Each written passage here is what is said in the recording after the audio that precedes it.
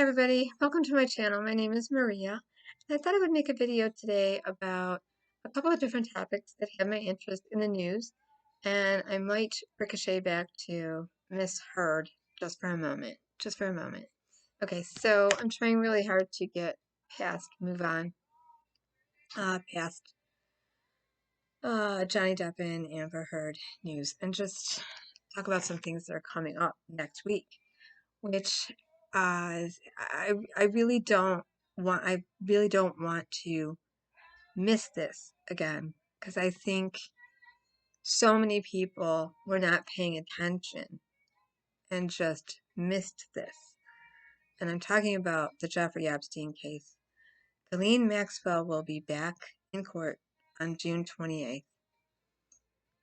Virginia Roberts, I want to say Giuffrie, will be in court to make her impact statement along with 5 other gals, possibly 6, of the survivors. Now, this entire story has had me intrigued for years because quite a while ago, back in 2000, well, when it first became news, a good friend of mine who passed away a couple years ago, he had a worldwide website and he had a YouTube channel, and really his problem was he was just too much of a truther. Every time he was a newsman, he found stories that were just dropped that made no sense. He spent 38 years working in the news. These stories would have come across his desk and they would have high priority and then just get dropped. There were always news stories getting shelved, sources dropping out, facts being changed, corrections added. All that was always happening, ever evolving, till they could actually put it in the paper. But once he got his own news channel on YouTube and website, I had helped him launch the site years ago, and one of the last things he really wanted to do was revisit the Jeffrey Epstein mess. And we would talk about it often, and he kind of went down the rabbit hole of Ghislaine Maxwell helped fund and create and launch the Clinton Global Initiative, and the Clintons were on the Lolita Express, Hillary and Bill. So he was kind of the Hillary, Killary, Billary, Killary, that kind of thing. So there's a little conspiracy in his thinking, but most of all, what he found interesting is that the facts kept changing. That whatever woman came forward later were changing their ages now that Donald Trump was in office. So when Donald Trump started running, the news was that Virginia Roberts at the time met Ghislaine Maxwell while she was a spa assistant at Mar-a-Lago working for Donald Trump, and that she was 14, 15 years old. As Donald Trump started to evolve more into a political figure, a big political figure, the story changed to Virginia met Ghislaine while she was working as a spa assistant at Mar-a-Lago when she was 17. And that she was reading a book about massage and being a masseuse, and her endeavor was to be a professional masseuse. And Ghislaine said, you know what? I know a man, Jeffrey, who he hires people and you could get some good practice. He loves a good massage. He has people that come for massages, and you can really learn your craft. And if you really like it, he'll probably help you go to school. So that's how it began. But the ages keep changing. The same thing, wherever political people are involved, the ages keep changing from 17, still underage, but 17 going on 18. Also, there's this thought that trafficking is you pick up a person or a girl or a child and you fly them to another country and you leave them there and they get handed off to another person and you harbor them and you confine them. But the definition is really changing, whereas some of the victims were never harbored. They were going solo on vacations to further their career, to be in things that they enjoyed, study art. Maria Farmer, one of the very first, Jane Doe #1, and her sister Annie. These were girls that Jeffrey Epstein and Ghislaine saw what they were capable of. Like they were art students, what they wanted to do, and then sent them to school, used them for a while, and then sent them to school. So it could be said, well, Virginia kind of aged out. They sent her to Thailand to a masseuse. Sorry about my head today. My head hurts. They sent her to Thailand to go to a massage school, which it was not just like learn how to massage. It was rolfing. It was reiki. It was deep shedding. It was I can't think of all the names of it. Lots of different techniques of rolfing and massage that really was deep. Acupuncture, pressure, all the cool things. Like very a master of it was a good school. So when Virginia got there, the idea was that when she got to Thailand to go to school, which Jeffrey and Ghislaine put her on a plane solo, said just go, enjoy yourself, learn, and if you can find a Thai girl, bring her back for Jeffrey. When she got there, she loved everything. She met her future husband, and she simply picked up the phone and called and said, "Hey, I'm not going back. Thank you. No, thank you. Don't contact me. I'm not coming back." Jeffrey was curious what's going on, so he was a little worried. And he said, well, okay, well, I wish you well. Have a nice life. Is everything okay? Um, is there something you need to tell me or whatever? So I think probably Virginia went on in a way of being scared that maybe Jeffrey or Ghislaine could find her. So she just dropped it because she did not report it. But when the FBI came along, that was when she reported it, and she was Jane Doe #3. Because, and a lot of people have asked, well, why did it take her so long to report it? If she was being passed along to Prince Andrew, she was being passed along to big lawyers, Robert Dershowitz, prime ministers, governors, royalty, presidents. Why? Why did it take the FBI calling her up? Meanwhile, Maria Farmer and her sister Annie are saying, we contacted the FBI from Ohio. We contacted the police. It wasn't their jurisdiction. They dropped it. So some of the girls are saying the FBI knew, but just dropped it. And that's what my friend used to say is, why don't I have the FBI drop it? Then make this sweetheart deal. They were covering all the powerful men. So it was like this open secret. But what he was interested in was Robert Maxwell's death, Ghislaine Maxwell's father, and that he was possibly an Israeli operative, that his youngest daughter, Ghislaine, studied at Oxford, learned coding to create telemedicine across the world for global medicine. She operated submarines. She operated jets and helicopters. She was a very astute, intelligent, bright woman trying to clean up the oceans. She wasn't just a fluff social light. And her siblings have come forward and said, oh, wait a minute. They're saying that Ghislaine was the main recruiter. But Ghislaine was, although brought up with a silver spoon in her mouth, there wasn't that kind of privilege emotionally for her. She was abused terribly by her father. She was preferred, the favorite child by her father. She was the youngest of 9 children. She was born on Christmas Day, 1961, 2 days after her brother was in an accident. Her older brother was in an accident and um, uh, went into a coma. Now, in all, I guess in all medical terms, he was dead then.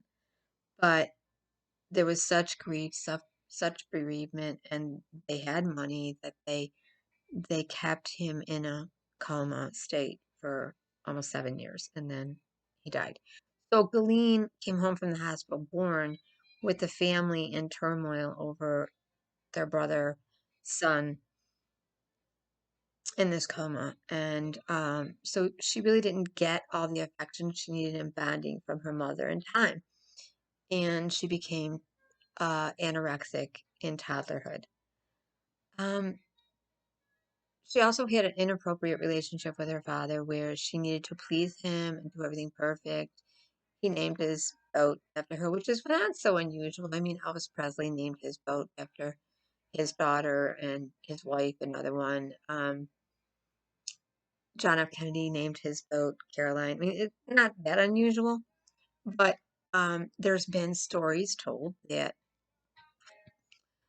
Ghislaine and her mother were on the boat with staff with Robert Maxwell when he suspiciously died. Now, the 3 medical examiners have ruled out foul play, but all 3 agree he died of an accidental heart attack. What they can't agree on is how he got in the water. All they know is that he had a very heated conversation with his older his older son, excuse me, Kevin, who was one of his 2 sons that were working the business. He was the head of the Mirror, the Sunday Times, the Daily Times. He was running all these publishing companies in the UK.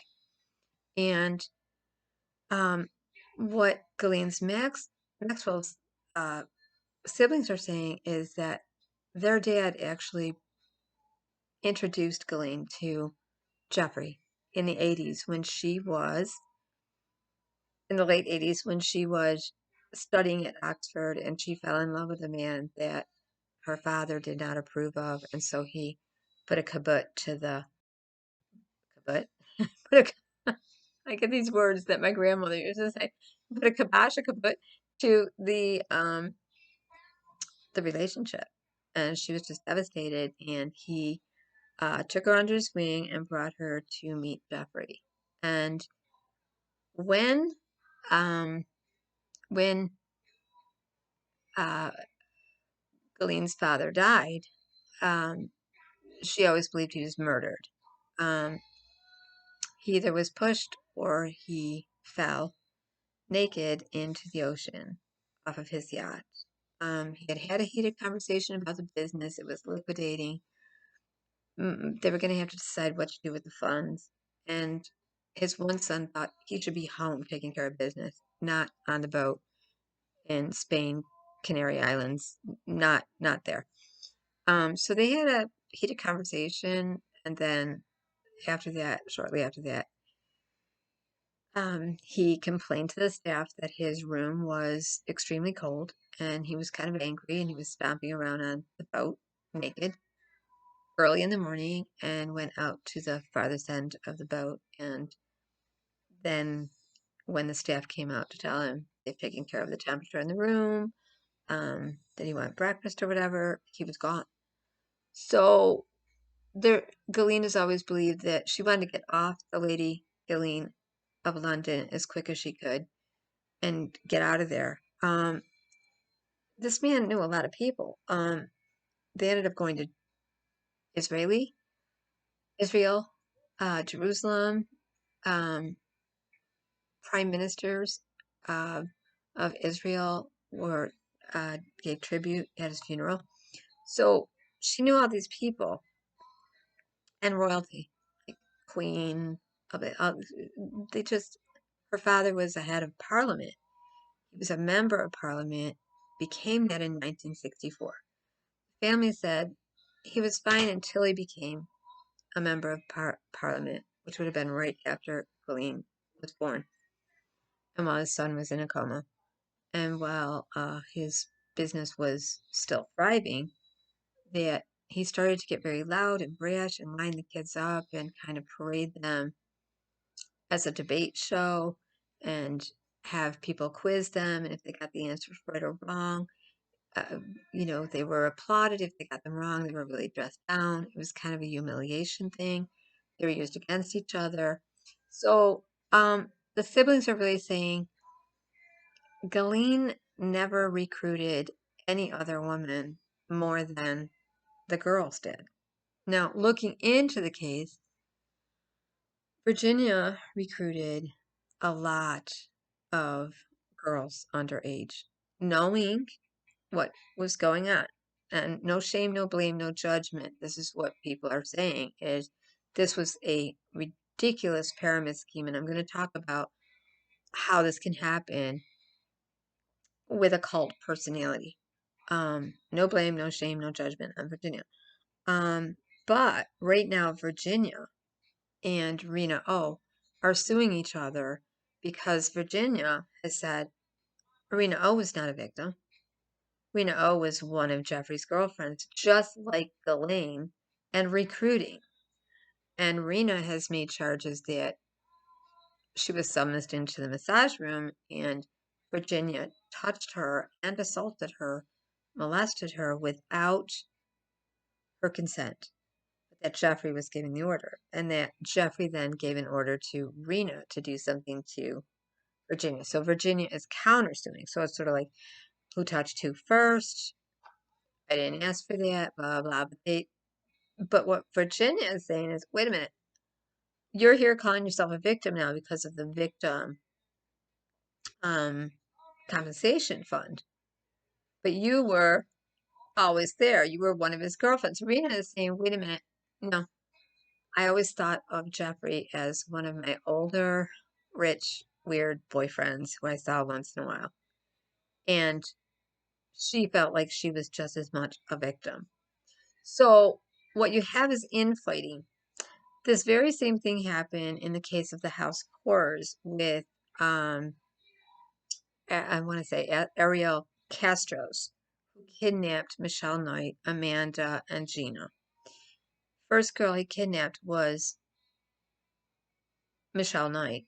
She was older, and you could see as the girls were rescued, Amanda and Gina kind of hung closer together and still looked at Michelle Knight as the perpetrator, the abuser, the one that kidnapped them and hurt them. So, in a cult personality, they do, it does work like a pyramid scheme. And so some of these girls actually brought in over 120 girls and said, I'm not having sex with you, Jeffrey. I'm not having sex with you, Ghislaine. I will go recruit girls for you for the money, but I am not. This is not going to happen. And they've been told they were accomplices in a crime. I've been wondering what's going to happen with that because some of these girls were of age when Jeffrey approached them and they said, that's not what I'm going to do. He didn't chase them down or anything. He just said, okay, there's the money. If you know anybody that wants to. And so they started bringing girls in. One girl brought over 120 in, under 14, knowing full well what was going on. So I can understand the siblings saying, wait a minute, Aline was groomed by her own dad, turned out to Jeffrey, and she would have done anything in that fragile state after her father just tragically died. And she had such a close relationship with him. She knew to go to Jeffrey. Her father had primed her to go to Jeffrey. Like, this man you fell in love with, he's not, Jeffrey, he's a mover and a shaker. He knows how to get money. He's smart. You're going to be with him. He's good people. So they're saying she had daddy issues, which That's going to be part of it. But then Virginia, some of the girls are infighting and suing and countersuing each other. The other interesting thing that's come up is Virginia is also bringing forth new evidence that would lend credit to her allegations of Prince Andrew by saying that Prince Andrew, it was torturous to be with him for hours and that there was long amounts of time that toe sucking was going on where he was sucking her toes. And that when he had sex, he snickered like a pug. So all I could think of is, all that kept coming to my mind when I was reading these articles, because this is very new, is that Sarah Ferguson and Andrew, Prince Andrew, their marriage blew up over what? Toe sucking. Topless toe sucking on a beach. Sarah Ferguson was on a beach. I don't know if it's finance broker or whatever.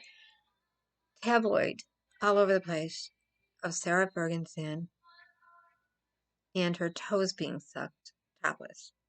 Now, who knows what came first, the chicken or the egg? If Andrew, saw that and thought, oh, well, my Duchess would like me to suck her toes. That's what she wants. So I'm going to incorporate that into my sexual behavior. Oh dear, I didn't know you liked this. Let me try this. Okay. Or did Andrew always have the compensity to be sucking toes? And so Sarah then said, Ferguson said to the finance person, oh dear, thanks for being down there and sunning with me, but would you mind sucking my toes? My hubby does that. So it does lend this veneer of credibility to Prince Andrew and Sarah Ferguson and the toe sucking. She said it was absolutely torturous. I'm thinking if I was in her situation, I would have probably kicked him in the face over and over and over again, because I would have just said, well, you tickled me. Bye. That, that's what happens to you. But it's very traumatic for these girls. They're going back to the mansion and looking, and they want it burnt down. They want it destroyed. And there's so many different walks of life that he went after. But what Ghislaine is saying is, I was a victim too. I did exactly what Jeffrey told me to do. And I became that way because when my father died, I went there and I was being a good girl. I was doing what my father told me to do. I would have done anything to keep my man happy. She's 61. They're looking to give her 65 years. And basically what they're saying is she's just as much a victim as they are. Now, she's not giving over any names. She's not giving over any powerful names. So I feel like the impact statements will be very important. But what is more interesting to me is that the FBI, the courts, have had Ghislaine twice before and not convicted her. But now that Jeffrey was dead, Ghislaine was the last thread to this case. Another parallel that I want to make, and I'm going to talk about it later, is we as a society never looked at Hugh Hefner with the girls next door, Holly, Kendra, and Brittany. I want to say Bridget or Brittany, I'm sorry. We never looked at that as wrong. I did, but there were so many people that were like, oh, they're not really sleeping together. It's a reality show. Well, no, they really were sleeping together. And now the twins, Carissa and I'm going to get the names wrong again, twins, are suing the Playboy Mansion because they were underage and they were made to have group sex. They were drugged. But society didn't think of Hugh Hefner as a Ariel Castro's. Society didn't think of Hugh Hefner as a Jeffrey Epstein. In fact, Jeffrey Epstein, every man was trying to be like Hugh Hefner, a playboy. So this man that walked around in a robe had underage girls, showed skin. There were women that were older that worked in the office that were his assistants that took care of the girls, photo shoots, schedules, everything, and planning of parties. So, and they were adults and they knew there are young girls that Hugh is in bed with 3 at a time, sometimes 2 at a time, and sometimes 1, and sometimes more. So I just think it's a big wake up call to that we as a society from the 60s, late 50s, 60s, thought nothing of Hugh Hefner and all of his shenanigans and buffoonery and perversion. I don't care. Some people said, well, he made Marilyn Monroe who she was. Well, he also had sex with a lot of young girls. And a lot of them are still recovering. And they were made to have group sex and they were drugged. So, but we say that's okay. I don't. But society has said that's okay. But then look at Giuffrie. He flew people out to an island. He's a whole different kind of because he's not Hugh Hefner. So I mean, I've been drawing these parallels lately, and that's what my friend Joe and I used to do is sit around and talk about. Did anybody say anything about Hugh Hefner? Okay, Jeffrey is doing basically the same thing. He's sending them to school, to art school. He's finding out what they need. He's giving them opportunity. He's putting them in touch with movers and shakers. But nobody, uh, and nobody said anything when Hugh Hefner did it. So there's absolute sociopath Ariel Castro's. There's sociopath with a cult personality, and then there's kind of like I want to say Hugh Hefner would be mega ego um in that celebrity life. Mega, all I can think of is Donald Trump when I think of him. Egomaniac kind of thing. What Hugh Hefner says is what happens because he's big guy. Um, so I think we really need to really rethink all of this. I'm not saying that Ghislaine is innocent in any way, but I'm saying, well, then are we going to go after the office clerk, Hugh Hefner's office clerk, who knew Holly, Kendra, Bridget, the twins, all the girls, and was aware of exactly what drugs were put in their drinks to, well, just the twins are saying is the drugs were called spreadum drugs. Like these girls would basically be drugged to have sex, group sex. So I just wanted to bring that up while we're thinking of this case going forward. And look at some of the good things Ghislaine has done for the earth, for the ocean, for solar energy, for biomedical coding, all of that. I don't know what she is. I don't know why her father died. I don't know if she's an operative. There's so many conspiracy theories. I don't know if Bill Clinton is, I don't know what they are, but she did launch the initiative, global initiative. Look, I think it's all very nasty. Um, but I think she can be a victim too. I really do. So I wanted to put that out there and then just try to draw the infighting that's going on amongst the girls where they're suing each other for outrageous amounts of money, tens of millions of dollars. So Rina sued for I think like 5 million. Virginia came back and sued for 10 million after getting 12 million from Ghislaine Maxwell in a settlement in her last thing. So after a while, it is all about the money that they're seeing. Um, So I'll be looking forward to seeing that. That's Tuesday, June 28th. And I hope you'll let me know what you think of the impact statements and what I've said in my video here. And I hope you're all doing well. Thank you for visiting. Take care. Bye-bye.